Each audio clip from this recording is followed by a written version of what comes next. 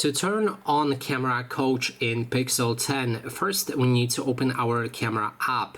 Next step is to click on this icon right here next to the question mark, and then if you scroll down you can turn on your coach. Now the coach allows you to make better photos if you have no experience with taking them. So it will try to guide you with taking a photo. For example, I think we should be able to manage to make one photo. I will try to show you that. So nope, this scene is, I think, still not good, or maybe.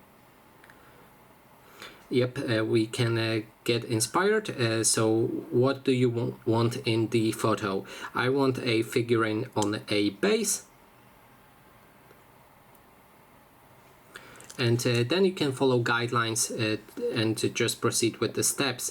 Center the figurine in the frame, so make sure it's centered. Then move to a frontal perspective. I can't do that, to be honest, just because you won't be able to see the figurine at the screen.